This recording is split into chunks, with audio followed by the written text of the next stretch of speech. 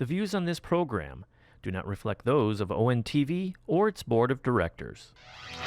Welcome to OAA Now, your home for Oakland Activities Association news and information. Here's your host, Sammy. Welcome to OAA Now. Here I'm Sammy, the blogger, the Dragons Insider, blogger of Inside the OAA, and also Sammy High School Sports Blog.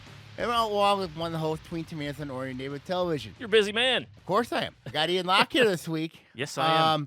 Happy Thanksgiving to you. Yeah, and to you and all the people listening at home. Hope it was safe and fulfilling. And we're all used to the Lions losing. Yeah.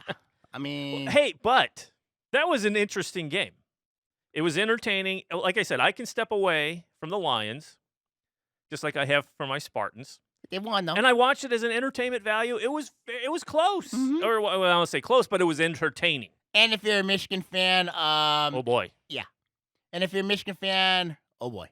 Yeah. I kind of feel bad for the the recruits there who are going to be going to Ann Arbor, and I feel real bad. They got whooped by Ohio State again. That's the fifth. I think that's the 15th loss in 16 years. Ohio, or 15th year.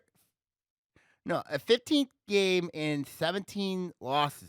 They've lost Ohio State. It's bad. It's wild. It's too wild. I thought this would have been. I know Ohio State's good, but Ohio State didn't really play lights out Saturday. No. Their Fields, their quarterback. J.K. Downs had a big game. Well, he was carrying that team. Yeah, he carried that team. When Fields couldn't hit Michigan had no answer. A receiver to save his Michigan life. Had no answer. No. But yeah, that was surprising. Yeah. I mean, a lot of cool football games, a lot of surprises right. on all levels, from pro, college to, and then high school, right? Of course, the high school football had their state finals this weekend at Ford Field. Yeah, the big finale. No OA teams were in it this year. Seaholm was the closest one to get there, but they ended up losing the Division II state semifinal to Detroit Martin Luther King. Yeah. Pretty much when you look at it, Davison took home D1, Muskegon Mona Shores D2, River Rouge D3. When I look at the Shockers, the Shockers I didn't expect to win a state title. Yeah. One I didn't expect was River Rouge. River Rouge has a West Bloomfield transfer and Miriam Hrabowski, their quarterback. I've seen him play. Very good. Yeah. Very, very talented player. Very talented athlete. And they went and stunned nationally ranked top team in the state in Muskegon 30-7. Yeah. That's shocking. And people were saying they were, before this weekend hit, hands down the top team of any division in the state. Yeah, Muskegon was the top team. They had a quarterback in Ohio State bound Cameron Martinez. But River Rouge defensively, I got to give their staff a lot of credit. And their players a lot of credit. They shut down Cameron Martinez. And then, of course, Muskegon and no answer for Miriam Hrabowski. Yeah. He was the difference maker. Of course, Muskegon, River Rouge has a really good running back, too. They have a really good running back, but quarterback play at River Rouge, my God. And I got to give Coach Corey Parker a lot of credit for what he did at Rouge. Of course, River Rouge, let's not forget, they knocked off Southfield Arts and Tech, basically took them out of the playoffs in Week 9. So basically, when you look at it, River Rouge, who knew? Yeah. They knocked off Orchard Lake St. Mary's. They in the regional final. Yep. And now you beat a team like Muskegon. That says a lot. That's a huge win. Yeah. And I, like we said going in, I don't know if anybody gave him a shot because, it's Muskegon. On paper, they had their rankings, and that's because it's Muskegon. The talent, the loaded team is crazy. Mm-hmm. But it means Rouge was ready to play. And a lot of it has to do with matchups. And we've seen it before. A team that can roll over others might not match up, or let's say the top players of one team, their superstars match up with the superstars of the other team, and they kind of nullify each other. Right, and that's something there I got to look at with that game. Muskegon, I don't know if the schedule kind of hindered them a little bit. Yes, Muskegon had to play Muskegon Mona Shores, and they're in the tough Ottawa-Kent conference, but I'll be honest with you. I thought River Rouge's schedule really got them prepared, and especially that game against Southfield Arts and Tech where they were tested. because early in the year, I didn't think they were that tested that much until they got that Southfield game where everything just started Yeah. clicking. Everything just started clicking, and then Rouge had that incredible run in the playoffs, getting by Ultra Lake St. Mary's. That's another that one. says a lot. Absolutely. And it says a lot, and that team was motivated after losing to Detroit Martin Luther King 7-6 in the D3 playoffs last year. Detroit Martin Luther King going up to D2 this year. That's tough. 7-6. Yeah, it was. Speaking of King, Yeah. they ended up losing to Muskegon Mona Shores. I mean, Muskegon Mona Shores, and they had a backup quarterback that was in there. That says a lot. Didn't expect that one. Well, of course, you look at what Detroit Martin Luther King has. Of course, they got a quarterback in Dante Moore, running back in Penny Boone, Marshawn Lee, their wide receiver. They did okay. I mean, but Mona Shores, let's not forget, this is a team that put up 57 against Walled Lake Western. Yes. I mean, it was a crazy game for them. They won that one 57-56. I mean, who would ever thought, and Muskegon Mona Shores next year, they're going to come back. They're going to be loaded next year. I expect Mona Shores to be back. I mean, who knows where they'll be at, but when you look at that game, everybody says, okay, King's going to win this game. King's a better team on paper. King is going to be team of destiny. And you know what? Mona Shores just went in there and beat him. Yeah. And it was the story of Friday and Saturday. All the games, what with the odd number games were on Friday nights, the even number. No, even with Friday, odd was Saturday. Which is an interesting lineup.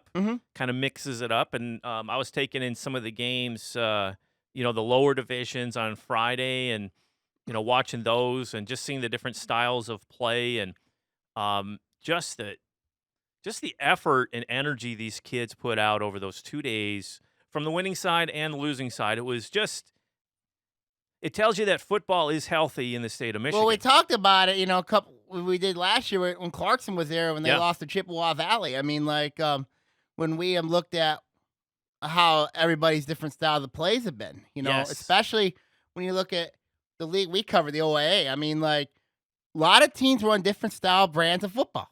Absolutely. And that's what made the championship game so much fun to watch, because you got to see all these different times. You saw an old school wishbone run in on Friday night. Yes, You're going, you did. Who does that? Who does? Not a lot of teams run that. No, not the old school. You look at teams that can run the veer. You can run teams that can run power.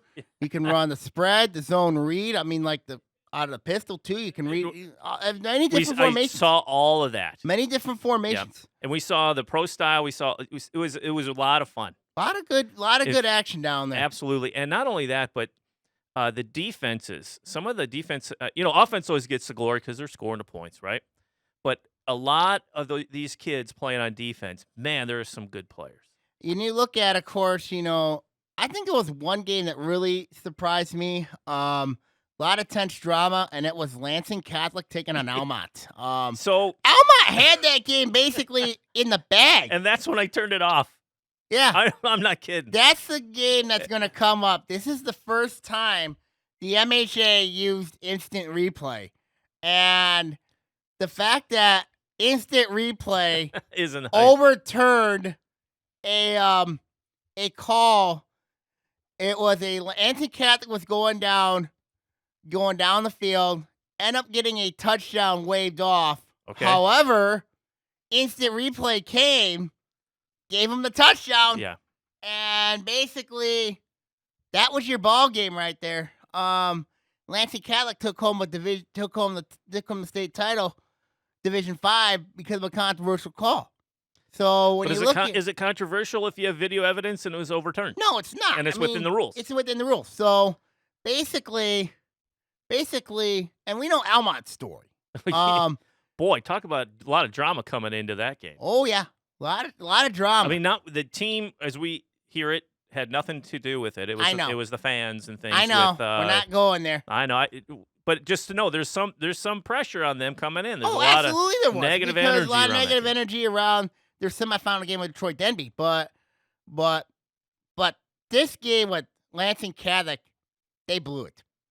They blew that game because they had that game all wrapped up. What was it in the first half? I was watching that game, and they had the lead, and They had the lead. and they looked They were up by solid. 2 scores, and then all of a sudden, like, They looked real they good. look real good. Then all of a sudden, like, oh boy. And then now that comes up, and we talked about this pre-show. Yeah. Now comes the fact the instant replay was used in the MHSAA finals at Ford Field. Yes. Should it be expanded into the regular season? You Oh say my. no. I'm saying yes. So here's the no part. I want your no part first. All right. The history of now the cool thing about the instant replay in the finals, I didn't even realize. I'm watching it. I can't remember which game it was. It was one of the smaller schools. Reading? It was Friday. Might have been Reading. Reading, yeah. Now there was a Reading in Britain. there was a questionable call, right? And then it was brought up by the announcers during the telecast on Fox or whatever it was Fox on. Sports Detroit. Yeah, and good coverage, by the way. Got to give them props. Thank you for that, MHSAA. Nice job.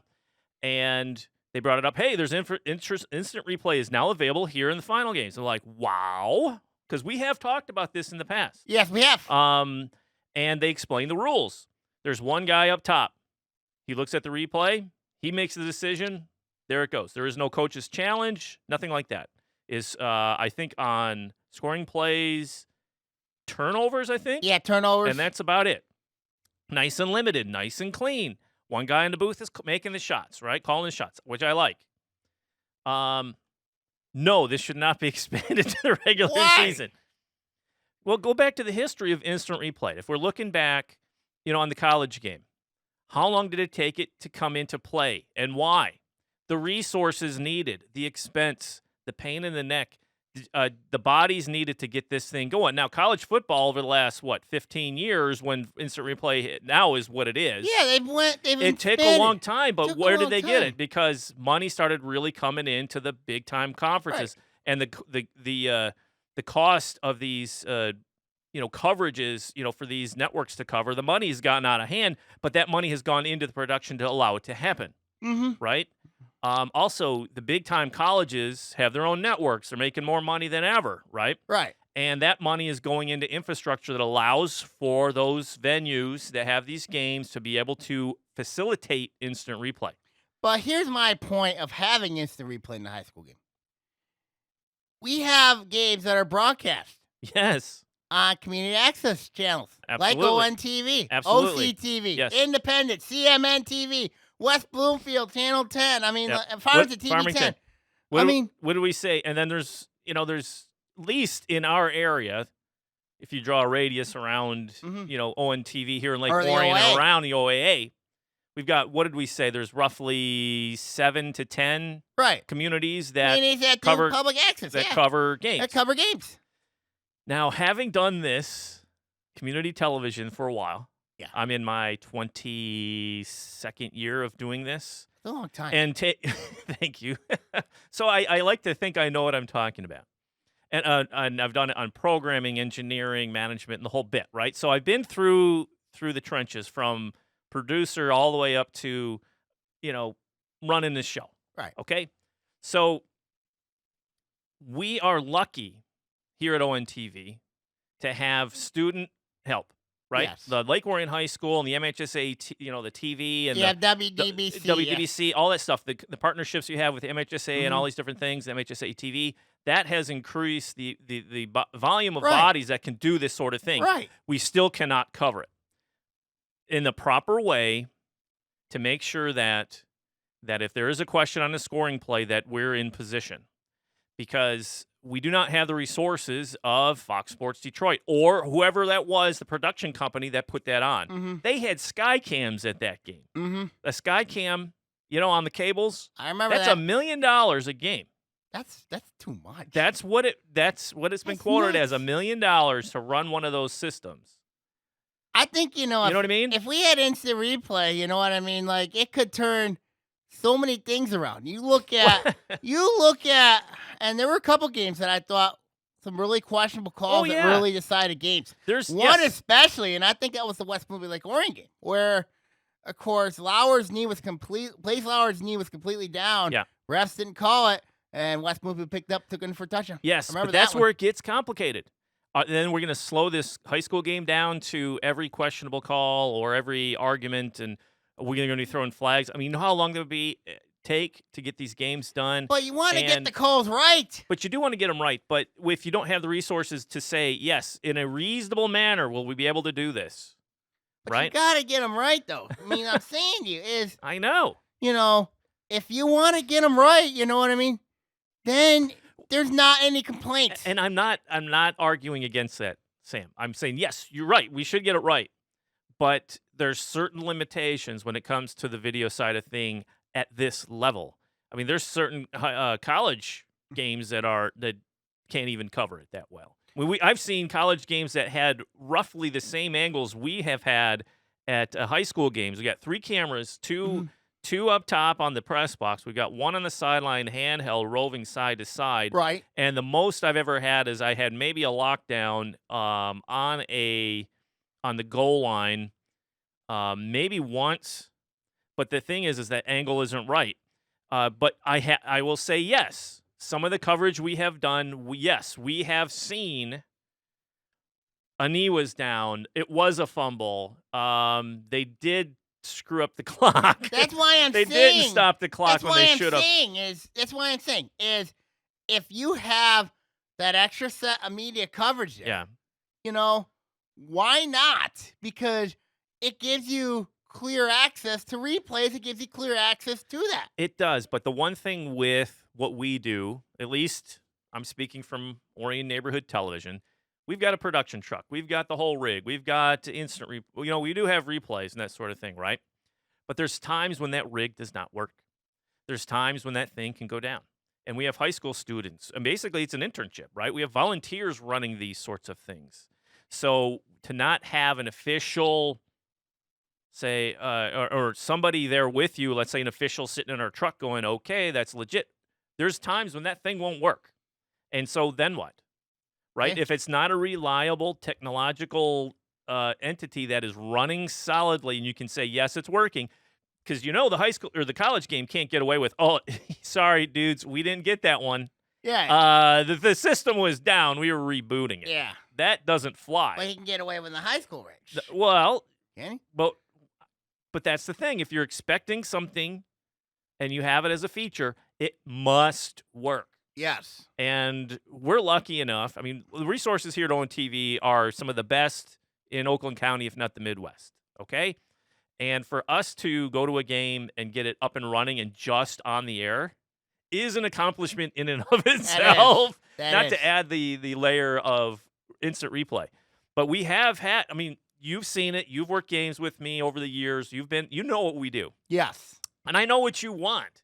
I go, we do want it, but it would be, how would you determine who gets it and who doesn't? Yeah. And can it be enforceable and not? Yeah. I would almost rather have a couple official referees in their, zebra colors up in the press box watching the game from a different vantage point besides just the dudes on the field, right? The main ref's on the field, but why not have a couple sitting up there to go, okay, did we see the same thing up here? Good. That's a good question. Right? I mean, that is a really good question because that's a really good question because I think, I like that idea. Why not have a Why spotter? Not? Why not have a spotter up there? Why not have a spotter in the press box?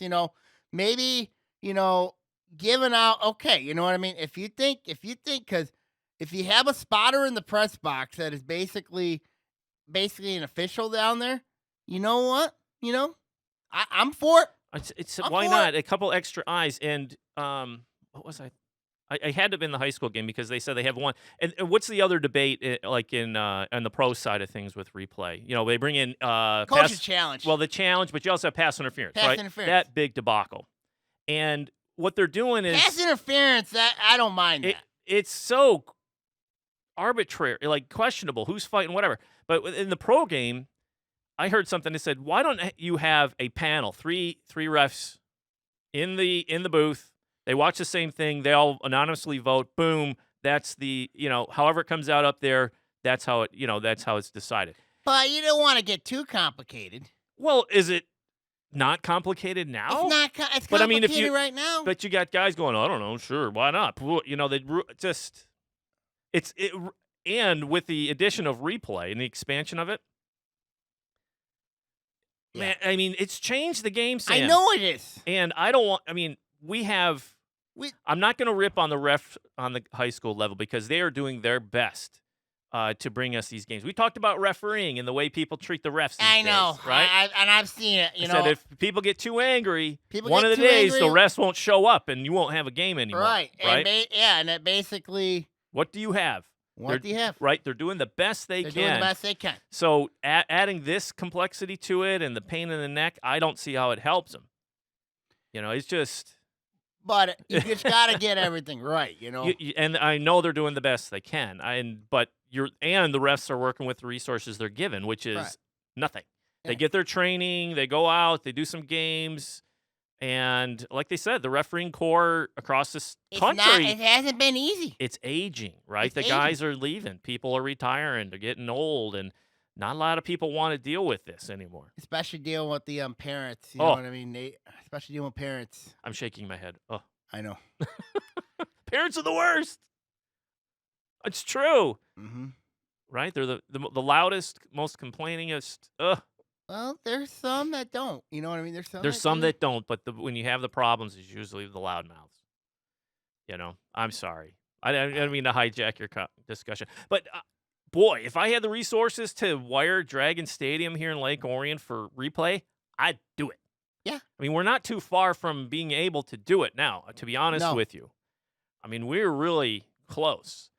But, again, it has to work. It must work. And that's what community television can't guarantee. But it'll be interesting. I don't know. It'd be good. Did I win the argument? No. What do you guys think? Yeah, that's a debate Send topic. Sammy a message. Send me a message or send it on TV. Yeah, what's your blog? Inside the OAA. Yeah, can they respond to you? Can they drop off comments and things? Yeah, there is a list of comments. You know what I mean? There is a comment section. I'd love to hear feedback. I know we're just two guys I do sitting hear in a lot of in a room. I do hear a lot of feedback considering my basketball coverage, my basketball projections. Okay. I do hear a lot of feedback, particularly in the Berkeley area. Okay. But when you really look at it, I want to hear your thoughts on this. I want to hear the community. I want to hear everybody's thoughts on this. Yeah, I'd be curious because yes, I'm one side and you're the side of a super fan, someone who knows the games, watch a ton of it, and just wants to make sure that the game is played. I want to make sure the game is right. Right. I want to make sure the game is right. And I'm on the other side. Yes, I want the game right too, but my concern is making sure the technology is working. Right. The cameras are on. Did we get in, get out on time? Right. Did the sponsors and underwriters get their due? And can we get a copy to the kids? Awesome. Yep. Right? That's my fault. All right, let's take a break here. We got a nice debate topic we had talked to. We got girls basketball here on OAA Now coming up.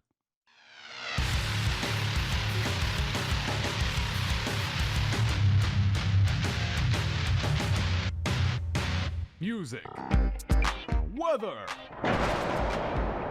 sports, and you. Me?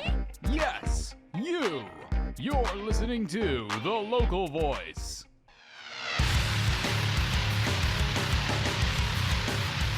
Welcome back to OAA Now. Here I'm Sammy Timmy here with Ian Lockton. Hey.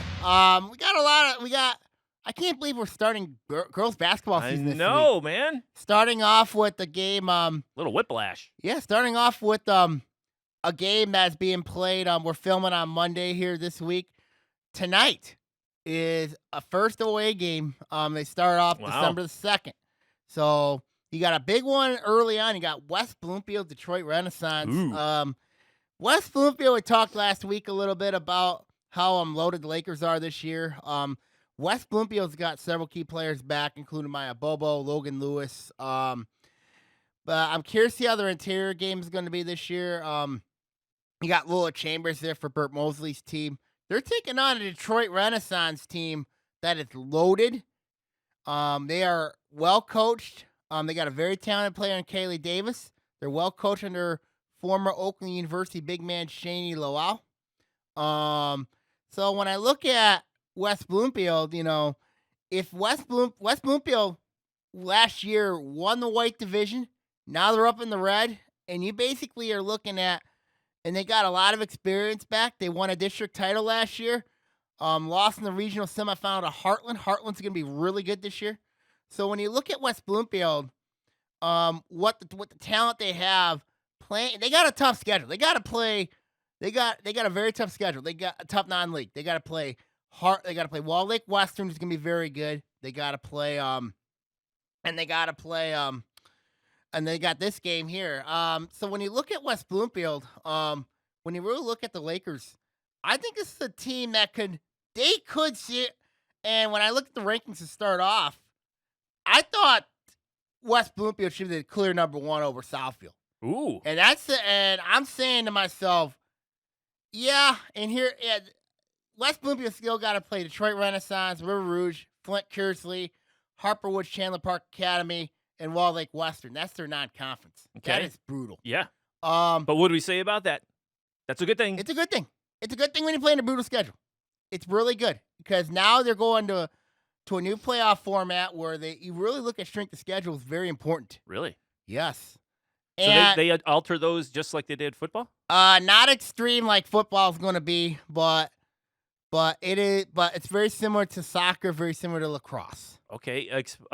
This is news to me. Mm-hmm. Help me out. Now you're looking at the teams are in teams are going to be in a district, Okay. but how they're going to do your seedings based on your performance and your and strength of schedule.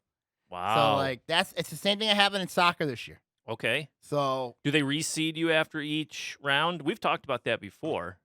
they seed the 2 top teams, and Okay. then the rest of them are Okay. just They bracketed out. Okay. bracketed out. So Interesting. yes, it is. So when I look at West Bloomfield and Southfield, Southfield, a lot of people are gonna say they got the best, likely one of the best players in the state of Michigan, Shai McEvans. They have Jasmine Worthy and Kiana Willis. This is where I'm going to be critical of Southfield. You do lose 2 girls in Sola Barnes and Alexis Johnson. You have virtually no bench. That team had no bench in their loss last year to Saginaw Heritage. They had no bench. And when I'm looking at this Southfield team, comparing to the West Bloomfield's got a bench. Southfield does not. And you look at that team, what happens if McEvans gets into foul trouble? What happens if Worthy gets into foul trouble? What happens if Willis gets into foul trouble? Who do you have that's going to step up between those two? And I don't understand, you look at other sports writers, you look at sports writers, thinking, I'm hyping Southfield up. I'm going to hype them up. Okay, look at their DNA. Look at who they've got. Southfield, besides those 3, they don't have a bench. West Bloomfield, they got a bench. They got talent, proven experience. They're deep. If you want to do well in the red, you have to have a bench. You have to have talent. And people are going to say to me, you're crazy. You think West Bloomfield is better than Southfield. And right now on paper it says Southfield better than West Bloomfield. But right now when I'm looking at it early on, I think West Bloomfield is better than Southfield based on a depth personnel. And that's the bottom line. Yeah. And we've seen teams who have ridden their horses, right? Teams that have superstars. Yeah. And you can say last year. A&T's got a superstar, so does West Bloomfield. Well, you think a year ago they had 3. They had a starting 5. Right. Who was really good. Yeah. And if you said no bench and they got their superstars. They had no bench. What happened? It's kind of the same thing when I looked at Clarkston in boys basketball a couple years ago. Clarkston in boys, they only went 6 guys. Southfield basically went their whole starting 5. That was it against Heritage. Yeah. And when Johnson got into foul trouble and Coach Michelle Marshall had to go to her bench, didn't feel comfortable going to the bench. And that's what happened against Saginaw Heritage. Yeah. But also through the regular season, there's wear and tear. Yeah. Right? So absolute wear and tear. We've seen it on the college game. The superstars who are ridden A lot, you kind of break down at the end of the season. And your legs get tired. And that's the concern I have with Southfield. That's the concern I have with the Warriors. Because when you look at that team, besides McEvans, Worthy, and Willis, Who do you have? Who do you have on that team that can save you guys? You can't just depend on Willis. You can't on Willis and McEvans and John and Worthy every night. You can't rely on those three. You need somebody else besides those three if you're going to carry them. You know, you look at the teams that have deep benches. You look at the teams that have benches that are going to be deep. You look at Clarkston, they're deep. You look at a team like Stony Creek, they got 3 solid players. They got a deep bench. You look at teams in white. Adams has got a deep bench. Adams is deep. You look at Admiral's not that deep. Admiral ain't that deep. But you got to have a deep bench if you're going to have a successful run when you go later in the postseason. That's the bottom line. Agreed. That's one of the reasons why when I look at the rankings that came out and look at Southfield number one, and a lot of people have Southfield ranked in the top 10, mostly because of Shine McEvans. But when you look at them personnel-wise, besides those 3 on Southfield, where do you find? Maybe they have it. Maybe they have, maybe don't. And where did you see? Not to cut you off, but the you're saying the seedings or the preseason rankings. Oakland, I know a lot of recruiting sites have their top 10 teams on there. Okay. I know the Oakland Press just released theirs. I just released mine on Saturday in the OAA. When I look at the red division, yes, I still have Southfield, but you got West Bloomfield is really close. And I think not only does West Bloomfield have the talent, I think, to match with Southfield, they have a bench to match up with Southfield. Yeah. They have a bench. Do you think this is a 3-person race in the red? I think it is. I mean, I saw Clarkston. Yeah. You've seen them already. I've seen them already. I've seen how good that team is. Clarkston's got all 5 starters back, including Taylor Heaton back, who's got a ton of playoff experience. We got Madison Sikorsky, a really good sophomore guard. Really dynamic player. I like what Coach John Wyer's done with that team down there at Clarkston. I think they're going to be a really good team this year. Royal Oak's an interesting one because they got Sarah Stronghanded, guard / forward who can play. Yeah. But they're going to be so young, you know what I mean? They're going to be young. The rest of that team's going to have to really grow up quick. And I have confidence in Brian Zapata and Coach Brian Zapata's team that they can get there. Stony Creek is probably the most interesting one. We had Kellen James here a couple months ago on our podcast. When I look at Stony Creek's team, you got Lily DePanny, Devin Valls, and Sydney LaPrairie. But you got question in the interior, and yes, you got a tough schedule. You got to play Chandler Park. That's going to be tough. And then you got to play Lake Orion, Yeah. And they're one of my top 10 games this week because I'm doing a top 10 weekly poll for the top games of the week. Cool. So I'll be doing that.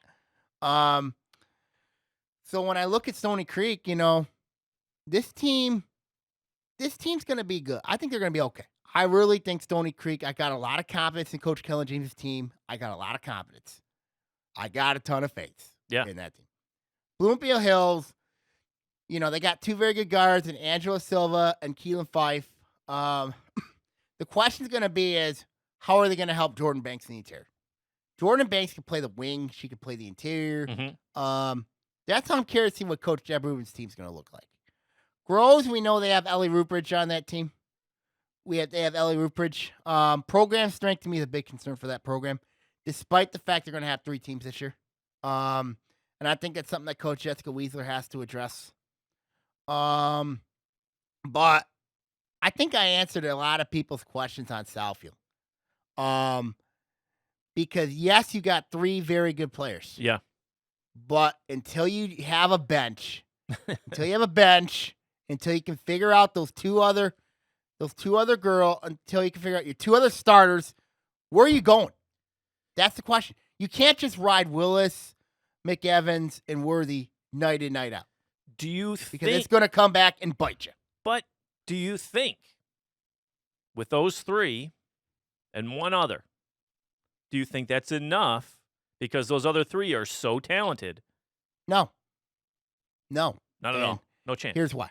Because Southfield A&T had a really good starting five last year. Really good starting five. And when you look at A&T, you got to look at you can't just look at recruiting ranks. You can't look at that. Yeah. You really can't.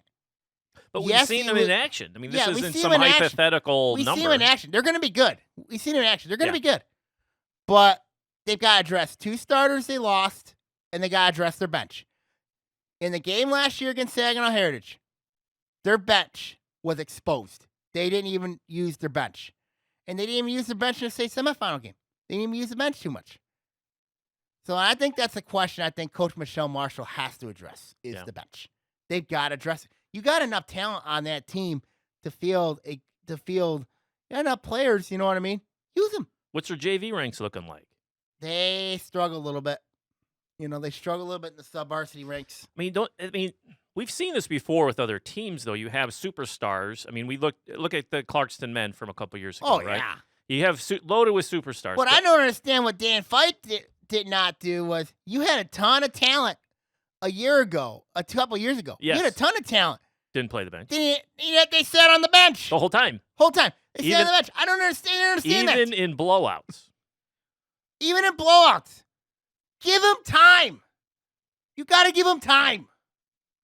And that's something that really upset me with Clarkson was Yes, it did. because you had at least 10 guys you can play, 10 deep from your bench.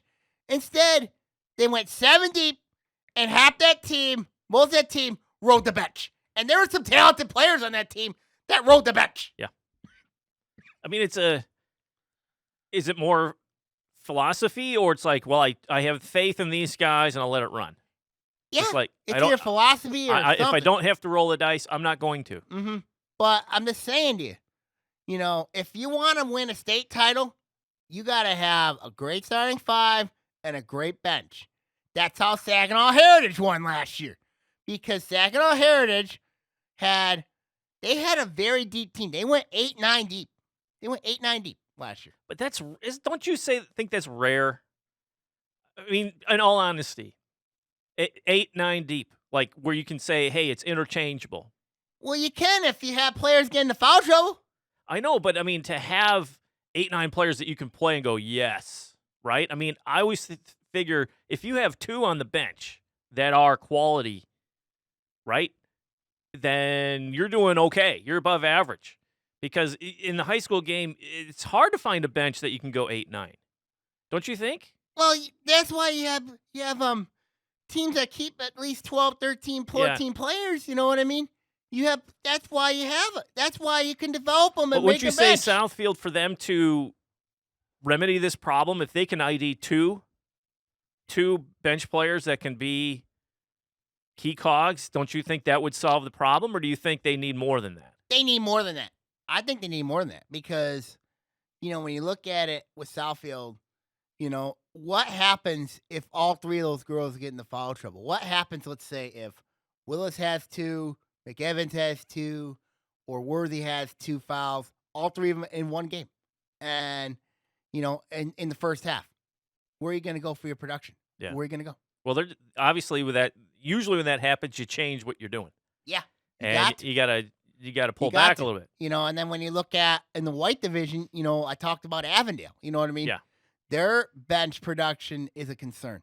You look at Adams has got a deep bench. Oxford's going to have a deep bench. Lake Orion's going to have a deep bench. I mean, Troy's going to have a deep bench. I mean, you look at, and even Troy Athens. Athens has their whole starting 5 back, and they got a deep bench. So when you really look at it, the OA white is as even steel. There's a ton of parity in that division when you look at it. Yeah. And then the team that I'm mostly concerned about is North Farmington Ooh. in that division. That's the team I'm concerned about because, yes, you do return 2 very good players in Molly Simpson and Maya Kelly, but your interior question is going to be there for Coach Jeff Simpson because 2 years ago, he had a guy named Sam Cherney.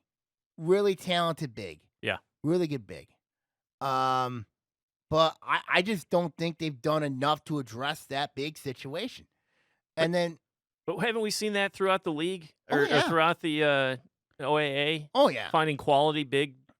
It's not tw- easy finding a a quality big. 5. Getting someone into that. It's not easy finding a quality big. You look at what Troy's going to have with the Dean Sampson. Yeah. I mean, I think that it's hard to find a big who is very, very good. It's hard, Yeah. Um, But when you find that player, when you find that, beat them. yeah, absolutely. I remember Boomby Hills a couple years ago when they had a girl named Amanda Sape, and she was good. She was really good.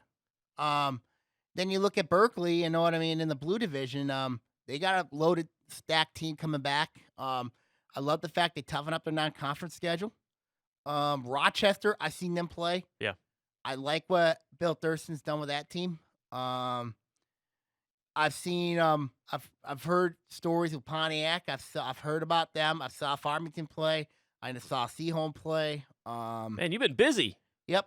I mean, so really when we look at it, and I see Ferndale's gonna be very interesting to keep an eye on as well. Oak Park will be interesting to keep an eye on as well. Yeah. But so when I look at the league in general, So you've seen a lot of teams. So here's a question. I don't mean to cut you off there. So you've seen a lot of these teams already in action. You've seen the systems that they're deploying. You've seen the personnel which are out there. Are you finding, like the traditional, you have a traditional big in the middle. Is that necessary anymore in this game? Because a lot of we see in the college ranks, a lot of we teams see have it been in the going pros. more of that. It's changing. It's changing a little bit. It's been changing.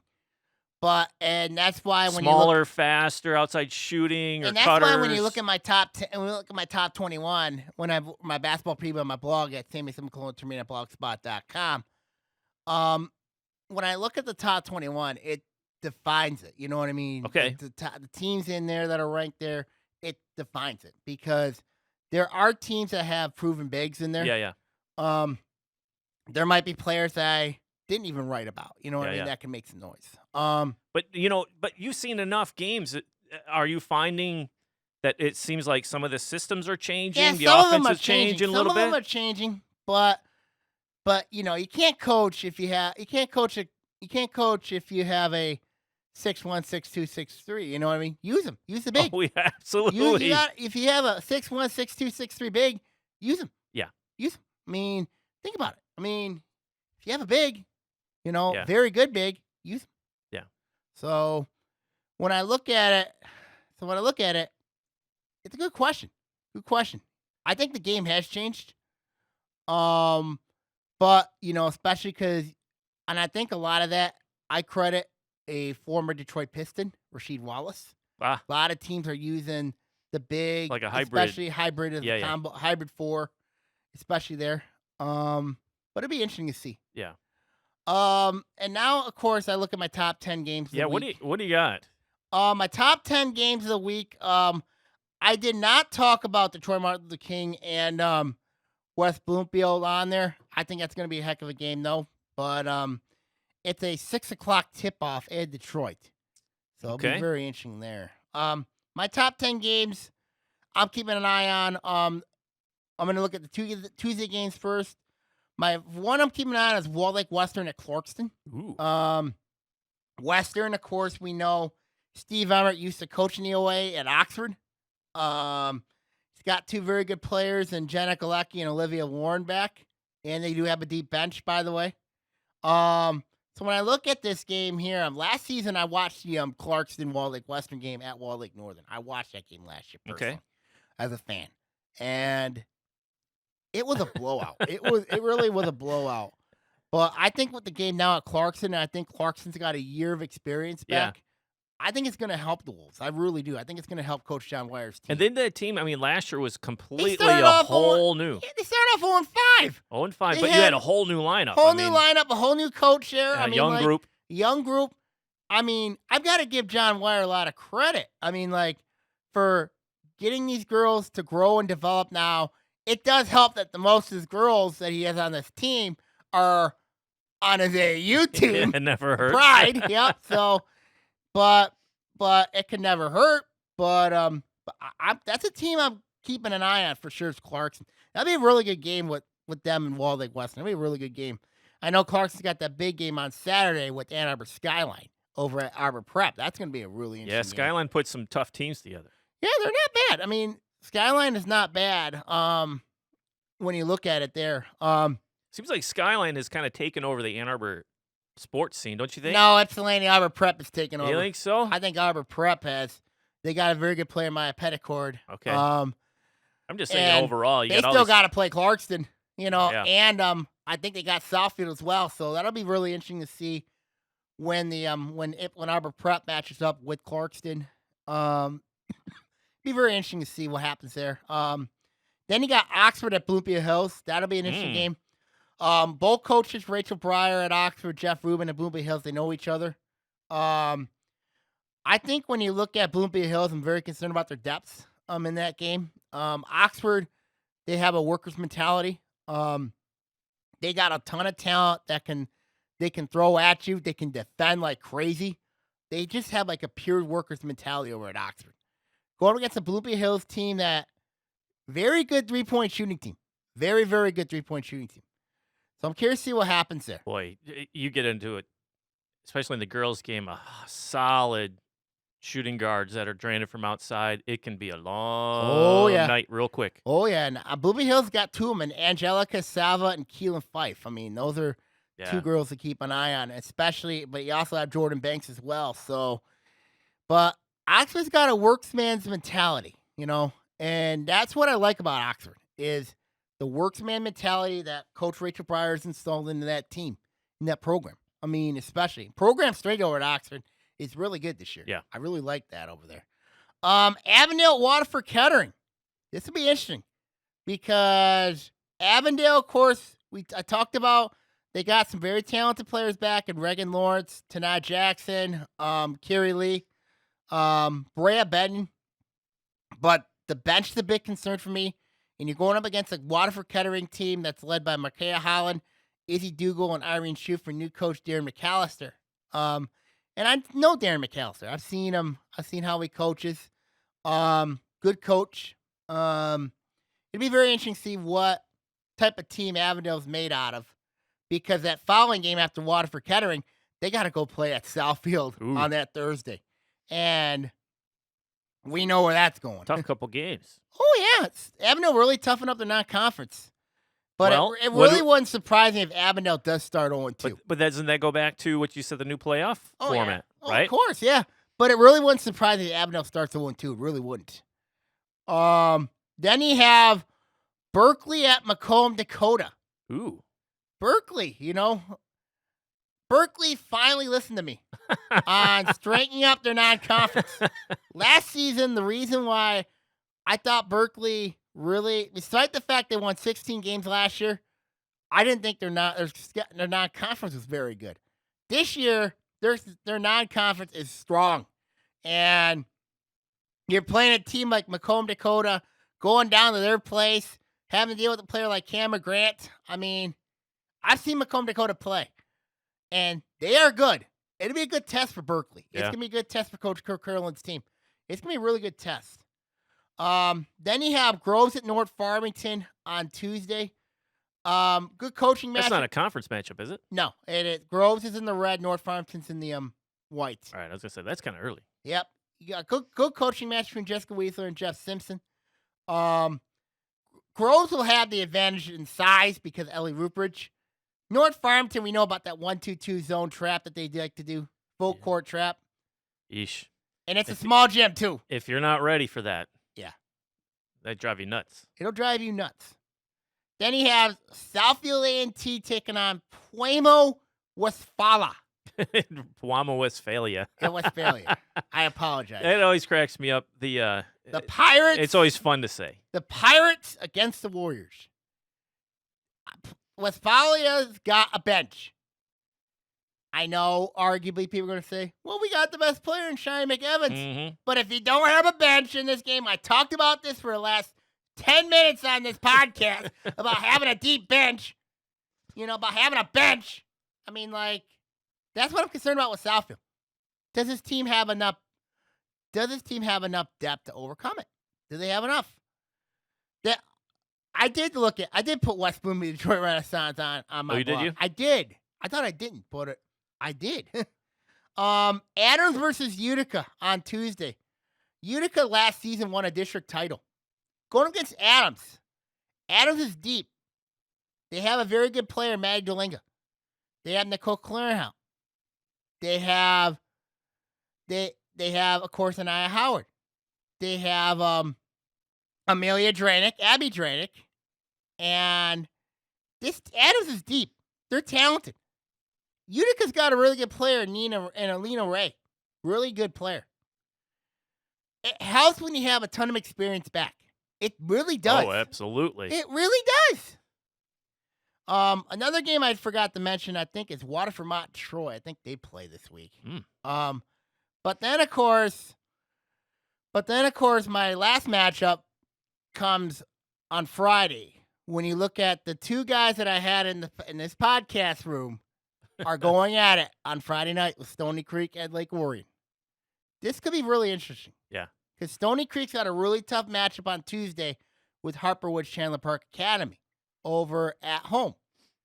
Whereas Lake Orion has Rochester Luther Northwest. Yes. So when you look at where both of these games will be televised, by the way. Yep. When you look at both these teams, you look at Stony Creek, really good talented players in Devin Valls, Sidney LaPrairie, and Lily Pani.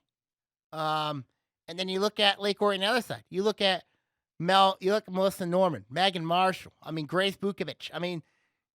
It's interesting because these two teams are very similar to each other. Yeah. Really similar.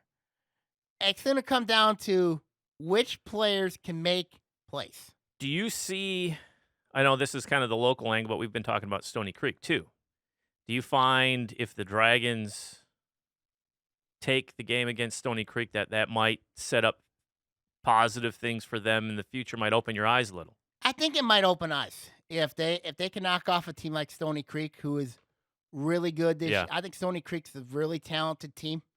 I think it would be if they can win that game. I think because that's a game that's going to decide. When you look at Lake Orion Tech, they're a young basketball team. Yeah, they are still a young basketball team. This is a team that only has, I believe, at least maybe 3 or 4 seniors on that team. Okay. So this is still a young basketball team. But it's an early test. It's an early test, yes. I love the direction where Coach Bob Bridges has that program going. I love the direction. It's his second year. You know what I mean? Yeah. Last season, was kind of a rough year for him. But to get 8 wins, you know what I mean? Maybe it's like it's a step in the right direction for this program. So when I look at Lake Orion, and I really think the newspapers are really giving the Dragons a real disservice here. Oh no, why? Because I think they're better than people think. I really do. Okay. When you look at Lake Orion, this is a dangerous team. It's a team I don't think anybody wants to see. I really just don't think this is going to be a team nobody So the wants jump to see. from last year to this year, you think it's a big one? Yes, I do. And that's why I explained the white is a lot of parity. There's so much parity in the white division, because you look at Avondale, who is the favorite coming into the division based on paper. Yeah. Then you have Adams, who's deep. Oxford is deep. Troy is deep. Troy's got talent as well. So yeah, there's a lot of talent in this, especially wide in the white open. division. White's looking wide open. The white's really wide open. And I forgot to mention one part. The white is really wide open. The red right now, I think it's a 3-team race. Yeah.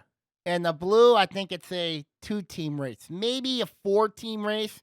It comes down to how Seaholm and Farmington will do this year. But when I'm looking at it right now, I think that's what I'm looking at with the girls basketball side of things. Cool. Yep. Yeah, I can't believe it's here. Yeah, and we still haven't had snow on the ground. We had 10 inches, and then all of a sudden all melted off. I'm okay with that. Yeah, I am too. I am too. I'm just not okay with this wind. I have a feeling the snow is coming. Yeah, I do. But too. yeah, for the next 3 weeks, right? Oh, and then you have the Christmas holiday break. Well, you got teams that are playing in the holidays. Yeah. So there's a lot. it's kind of funny when you start the season. I'm going, oh yeah, well it's the preseason, and Yeah. you get a win or two, or you go down. And the you lose a boys couple start next week. They start next week too. But you have that break. It's like the teams that are really going to solidify their strength at the early stages. If they come out of the gate and really play well leading up to this holiday break, Mm-hmm. that really sets them up for a good run, yeah. momentum going into Yeah, and after I the think- holiday And break. I think that's going to be really important. You know what I mean? These first 3 weeks are going to be very critical. Should almost take the pulse of the OAA at that juncture to see I is always everything take the- kind of folding? Is it unfolding the way you thought it is? It would, or are any surprises? Because I think that's a nice little gauge there at that break. Yeah, it'd be a nice little gauge to see where it is. I think there's going to be maybe 2 gauges to really look at it. Okay. The Christmas break and at the January. Yeah. When the full conference slate kicks in. Mm-hmm. Yeah. So Well, it's exciting. Like you said, there's teams to watch. Some great players out there. We encourage. there's a ton of yeah, great players get out there and cheer these especially in the teams girls' on. basketball game. Yeah. I mean, especially in the girls' basketball doc. Yeah. I mean, there's a lot of great players in that one. Yep, and the games are a lot of, like we said before, a lot of communities are recording these Yep, games, a lot getting of them them are on here. televised. A lot So of seek them out. A lot of them are televised. So let's see. We got enough time to cover boys. We're about 56. Okay, So we'll probably wait till not. next week. So, yeah. So when I look at the girls' season here, I think it's going to be really interesting. Yeah. I really like the fact that there's several teams that can make some noise. Mhm. But we'll see what happens. But I'm really curious to see the impact of this new playoff system, right? Or I the, am too. Or the format, I the should new say. format, yeah. Because it's already sounding like the coaches have made adjustments to their preseason schedules. Mm-hmm. And how that impacts the record, the win-loss record moving forward as they approach the league, the schedule. Yeah. Should be that in of itself is a nice little storyline to follow, It is a really interesting storyline to follow. See where they're at Yeah. heading going forward. because we know your opinion, Yeah, we know a mine. strength, a If you schedule. want to take a look at my blog and my preseason stuff, it's on my blog at sammysemicolon@blogspot.com. Absolutely. I will also be posting boys basketball projections this weekend on the blog as well. We're going to talk about it heading into next week. So a lot of questions heading into the season. Okay, now I'm going to sign off here. I'm Sammy Timmy here. I'm going to be signing out here. Wishing everybody best of luck this season. Good luck and see you all next week, everybody. See you, Sam. OAA Now is produced by Sammy Terramine, and the views on this show are his and his alone. Get out there and see a game this week. Come on, get off that couch. Get out there and see these student athletes in action, will ya? If you'd like to make your own podcast, give Owen TV a call at 248-393-1060. Classes are now enrolling. That's it for OAA Now for this week. We'll see you next week. See ya!